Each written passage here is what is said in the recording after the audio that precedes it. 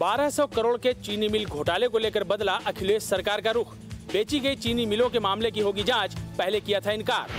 अखिलेश सरकार 100 दिन पूरे कर चुकी है। अपने घोषणा पत्र में किए वादों पर एक एक कर अमल भी कर रही है। इन्हीं वादों में से एक था मायाराज में हुए चीनी मिल घोटाले की जांच। कुछ दिन पहले सरकार ने इस जांच से इनकार कर दिया था, लेकिन अब सदन में चर्चा के बाद अपने पुराने रुख से पलटते हुए अखिलेश सरकार ने इस मामले की जांच का मन बना लिया है। सरकार के इस फैसले को लेकर सूबे की राजनीति एक बार फिर गर्मा गई है।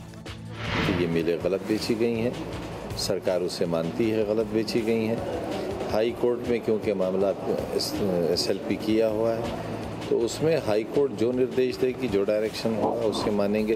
जब CAG की रिपोर्ट आ चुकी, उसका अध्ययन हो चुका, सदन में प्रस्तुत हो चुकी, उसका संज्ञान लिया जाना चाहिए। अब वो भी कॉन्फिडेंशियल डॉक्यूमेंट नहीं है, वो तो सदन की संपत्ति है। तो मैंने यही मांग की है कि आप कार्रवाई कीजिए सीधी सीधी। जांच का क्या रह गया मामला, जांच तो समाप्त हुई। मैं समझता हूं कि जो स्टैंड विपक्ष में था वही स्टैंड सत्ता में आने के बाद लेना चाहिए, क्योंकि जनता ने इसीलिए सत्ता दी है कि आपने इन विषयों पर आपके विचार से वो सहमत थी, और अगर आप आज उस विचार से अलग होते हैं तो ये जनता के साथ विश्वासघात। इस पर हमें कुछ इसलिए नहीं कहना कि तमाम जांच के बावजूद भी इनको कुछ नहीं मिलेगा, क्योंकि हर चीज कानून नियमों का पालन करते हुए विधि सम्मत कार्य किए गए हैं। CAG ने पिछली सरकार द्वारा 2007 से 2011 के बीच 21 बंद चीनी मिलों को बेचने में की गई गड़बड़ी का खुलासा किया था। निकाय चुनाव के तीसरे चरण में भी वोटरों ने दिखाया उत्साह। 20 जिलों में निकाय चुनाव के लिए लोगों ने डाले वोट। निकाय चुनाव के तीसरे चरण के दौरान भी मतदाताओं की लंबी लंबी लाइनें देखने को मिली। अपनी पसंद का उम्मीदवार चुनने के लिए लोग सुबह से ही पोलिंग बूथों पर पहुंचने शुरू हो गए थे।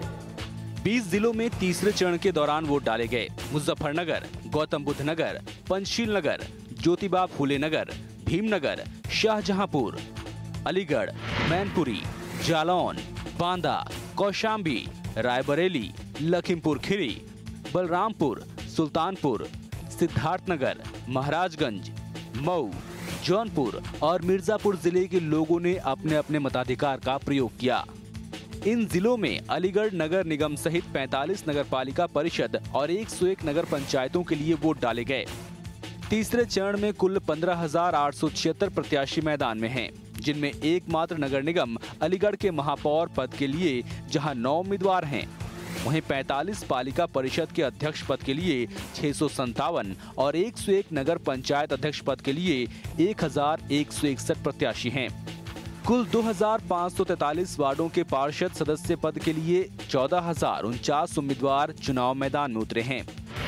प्रशासन ने चुनाव के लिए सुरक्षा के पुख्ता इंतजाम किए ताकि वोटरों को किसी तरह की असुविधा न हो। बांदा में निकाय चुनाव की वोटिंग के दौरान हुआ हंगामा। वोट देने से रोके जाने पर भड़का लोगों का गुस्सा, जमकर हुई तोड़फोड़, पुलिस ने भांजी लाठियां।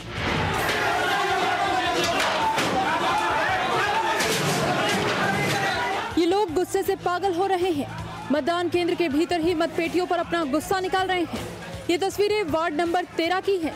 यहाँ पर राशन कार्ड के जरिए वोट डालने आए लोगों को जब सुरक्षा कर्मियों ने रोका तो वो भड़क गए और हंगामे पर उतर आए। इसके बाद मामला बिगड़ता देख पुलिस को भी सख्त रवैया अपनाना पड़ा और उसने हंगामा करने वालों को लाठियों से फटकारते हुए खदेड़ दिया। इस दौरान कुछ तो उसके निशाने पर भी आ गए।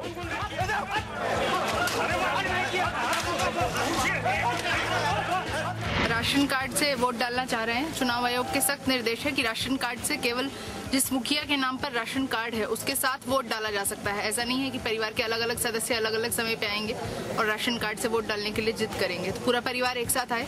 इसी को लेके कुछ लड़कों ने थोड़ा जोर जबरदस्ती करने की कोशिश की है मतदान दल के साथ, तो खैर उनको अरेस्ट कर लिया गया है। इस हंगामे के चलते कई घंटों तक मतदान का काम ठप रहा। बाद में अतिरिक्त सुरक्षा बलों की तैनाती में दोबारा वोटिंग कराई गई। मिर्जापुर में फर्जी मतदान को लेकर जमकर हुआ हंगामा। आपस में भिड़े दो गुट, पुलिस ने भी भांजी लाठियां। फर्जी मतदान के नाम पर लोग हंगामे पर उतर आए थे। दो गुटों के लोग सड़क पर उतरकर नारेबाजी कर रहे थे कि तभी पुलिस मौके पर पहुंच गई। कुछ तो भाग लिए, लेकिन जो भाग नहीं पाए बरस पड़ी उन पर पुलिस की लाठियां।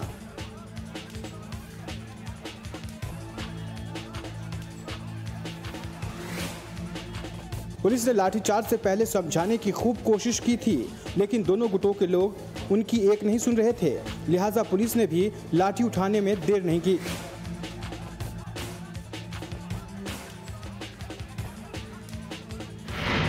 दो तीन घंटे तक भले ही ये हंगामा चलता रहा हो, लेकिन अंदर मतदान में किसी तरह की कोई दिक्कत नहीं हुई।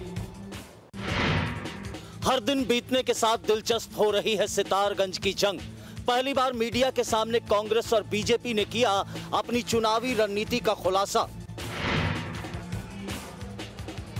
सितारगंज की जंग जीतने के लिए जहां मुख्यमंत्री विजय बहुगुणा ने प्रचार अभियान की कमान खुद संभाली हुई थी, वहीं प्रकाश पंत भी घर घर जाकर अपनी जीत की जुगत में लगे हैं। हालांकि इसके अलावा भी दोनों दलों ने अपनी जीत तय करने के लिए कोई कोर कसर नहीं छोड़ी है। हमने इस 117 जो बूथ है इनको 25 सेक्टरों में बांटा है और 25 सेक्टरों की भी मॉनिटरिंग करने के लिए हमने इसको 4 महासेक्टरों में बांटा है और जो 4 महासेक्टरों के जो प्रमुख प्रभारी हैं वो इन 25 सेक्टरों की मॉनिटरिंग करेंगे। और इसमें इन 25 सेक्टरों में हमने जो अपने 14 विधायक लगा रखे हैं और 6 पूर्व मुख्यमंत्री हैं हमारे, और वर्तमान के जितने हमारे प्रदेश के पदाधिकारी उनको लगा रखा है, और 10 हमने जो पूर्व दायित्वधारी हमारे पार्टी के थे उनको भी हमने इस बूथ मैनेजमेंट में लगाया है। स्थानीय कार्यकर्ताओं को और स्थानीय नेताओं को ही चुनाव की बागडोर सौंपी है और अपने 6 सेक्टर्स में इस विधानसभा क्षेत्र को बांटा गया है। सभी को हमारे वरिष्ठ नेता हैं, स्थानीय नेता हैं और हमारे अध्यक्ष हैं, उनको जिम्मेदारी सौंपी गई है। ये उपचुनाव बीजेपी और कांग्रेस के लिए साख का सवाल है और जीत से कम जिसके भी खाते में कुछ गया उसकी सियासी हैसियत पर सवाल खड़े होने तय हैं। आगरा में NH2 पर रोडवेज की बस खड़े ट्रक से टकराई, 1 की मौत 12 घायल। लखनऊ से दिल्ली जा रही थी बस। इस बस की हालत देखकर अंदाजा लगाना बेहद मुश्किल नहीं है कि ट्रक से हुई इसकी टक्कर कितनी जबरदस्त रही होगी। NH2 पर शिकोहाबाद मैनपुरी चौराहे के पास ये हादसा उस वक्त हुआ जब लखनऊ से दिल्ली जा रही यूपी रोडवेज की बस सड़क पर क्षतिग्रस्त पड़े एक टैंकर से बचने के चक्कर में खड़े ट्रक में जा घुसी। टक्कर इतनी जबरदस्त थी कि बस के अगले हिस्से के परखच्चे उड़ गए। इस हादसे में अम्बेडकर नगर के रहने वाले एक शख्स की मौत हो गई, जबकि दर्जन भर लोग घायल हो गए। सभी घायलों को जिला अस्पताल में भर्ती कराया गया है।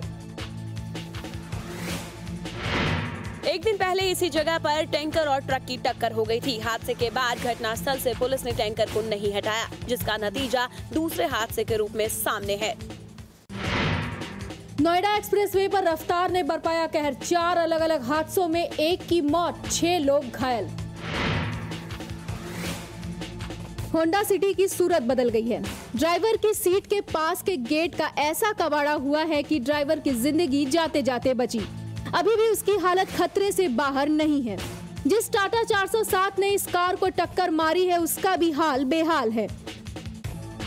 नोएडा में ऐसे ही 3 और हादसे हुए हैं, जिसमें 1 की मौत हो गई और 6 लोग घायल हो गए हैं। घायलों में 4 की हालत गंभीर है। एक हादसा नोएडा के फेज 2 और दूसरा सेक्टर 39 में हुआ है, जहां एक टाटा 407 पलट गई।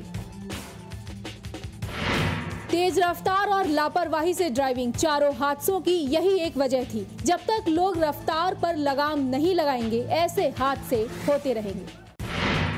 अवैध खनन अब हादसों का सबब बनता जा रहा है। रेत से भरा ओवरलोडेड ट्रक 20 फुट गहरी खाई में गिरा, 4 की मौत, 4 घायल।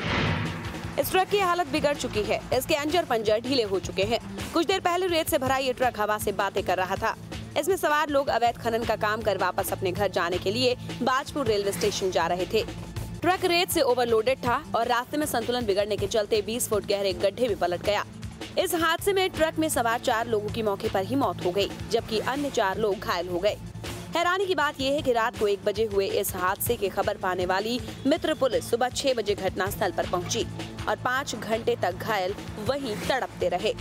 शासन प्रशासन अवैध खनन को रोकने की बातें तो करता है, लेकिन होता कुछ भी नहीं है, जिसका नतीजा अब सड़क हादसों के रूप में सामने आने लगा है।